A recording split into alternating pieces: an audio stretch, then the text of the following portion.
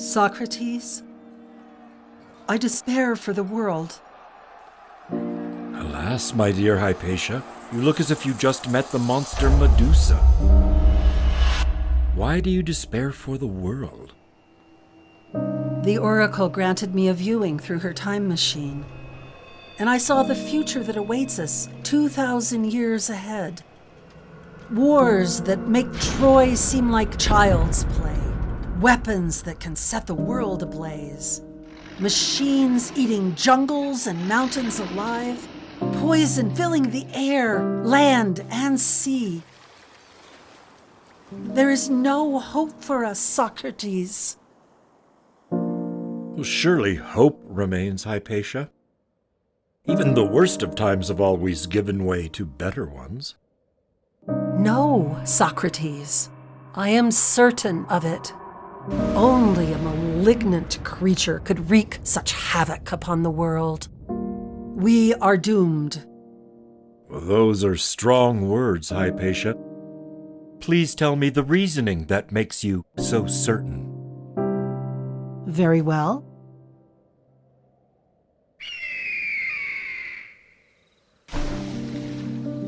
If we watch any creature acting naturally in its habitat, we see its nature in its action.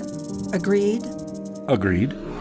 Well, then does it not follow that when we watch our species acting in its habitat, we see its nature too? And does it not follow that the disasters I saw through the time machine show our violent and destructive nature? I accept your first conclusion, Hypatia, but not your second one. Before we continue our conversation, perhaps we should ask the oracle to grant me a viewing through her time machine. Let us go then, Socrates.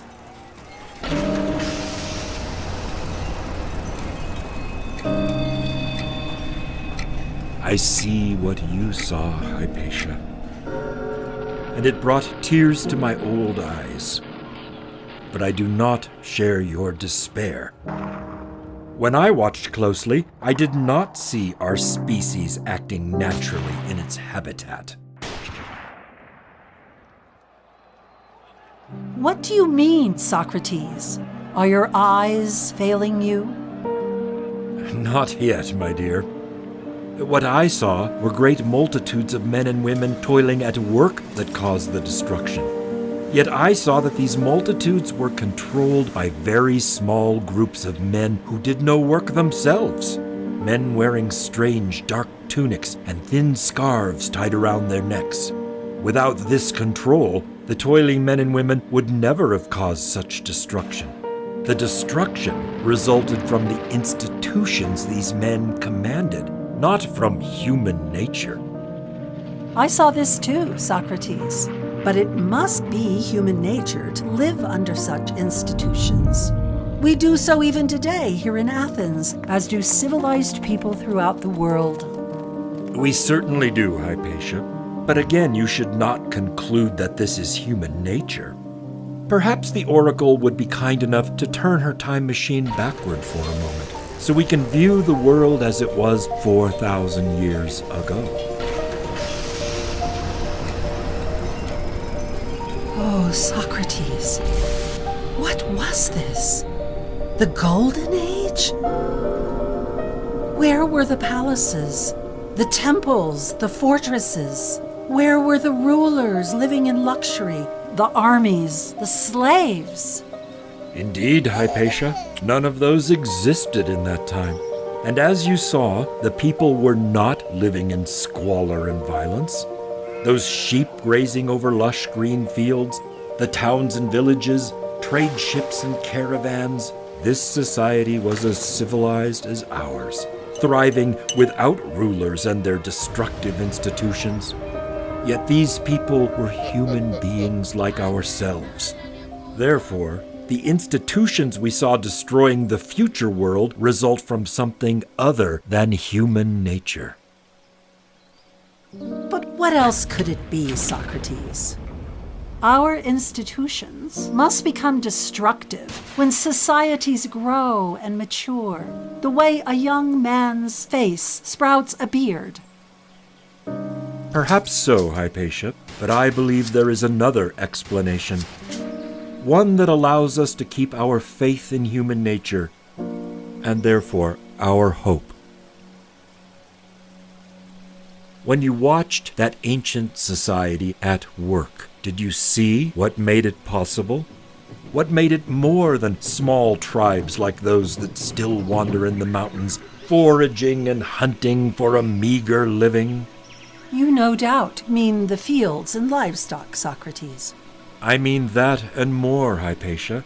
The fields did not grow themselves. The sheep did not gather themselves into flocks. They were deliberately cultivated and tamed by the people. And the people could only do this through brilliant innovations with the help of ingenious tools, the plow, and the shepherd's crook. What sets the shepherd apart from the sheep is his knack for making tools and harnessing external sources of energy. That is truly human nature, Hypatia, our species acting naturally in its habitat. I wish I could think so, Socrates. But this society did not last. Human nature brought forth rulers and slaves and walled cities and war. How can you dispute this? Human action certainly brought them forth, Hypatia, so they were possible for human nature, but not natural and necessary like a young man's beard. Let us think more closely about those traits that set the shepherd apart from the sheep, making tools and harnessing external sources of energy. Suppose that some restless shepherd sat atop a hill, gazing down at the scene we just saw. He admired the great advantage he and his people enjoyed from having cultivated the crops and tamed the animals. He watched the people in the fields and villages working at their tasks, drawing this bounty from nature. Now, suppose that in a fateful vision, he imagined himself taming the entire community, so he could live at the advantage of their human energy and the bounty they created. A shepherd of men and women.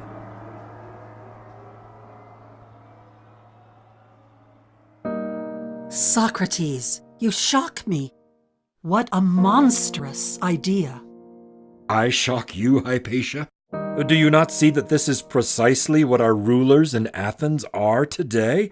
And those future men with the scarves tied around their necks? Shh, such an idea could get you killed, my friend. I have reconciled myself to that long ago, Hypatia.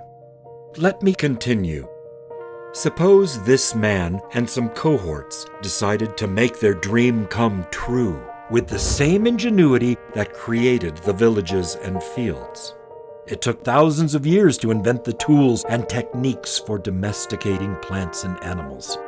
In order to make their dream come true, these shepherds of men and women would have to invent new tools and techniques for domesticating their fellow human beings.